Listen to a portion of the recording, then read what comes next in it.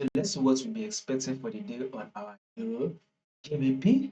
So if you are yet to subscribe and you've not done that yet, make sure you do it to click on that subscribe button, like, share, and make your comments. So let's start with our trend first on Euro GBP.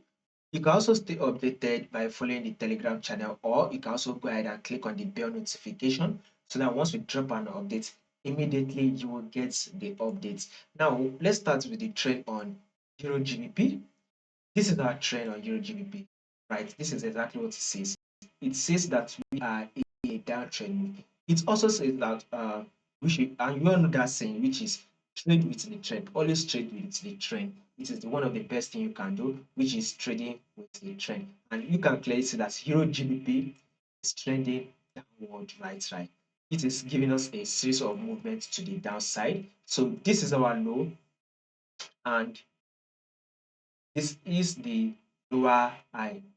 This is also our lower low, and here comes the lower high. Market eventually dropped to form a new lower low, and here goes the lower high. Now market has now dropped again. It's formed a new lower low, and here comes the lower high. So market again dropped again, right? And it did a lower high right here. So now that market has given us a lower high, our next movements on Euro GBP should be a new lower low. So guys, we should be anticipating for a new lower low next on our Euro GBP. So next movement on Euro GBP will be a new lower low. So let's go down to the 4-hour time frame. So you can clearly see that on this our 4-hour time frame, market has given us a multiple rejection at this zone here, right?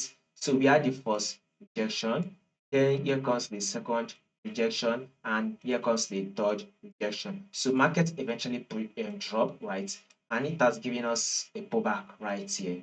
So with this pullback, we should be expecting market to give us one more drop again. So that is to tell you that we are now anticipating for a sell for the day on Euro GBP.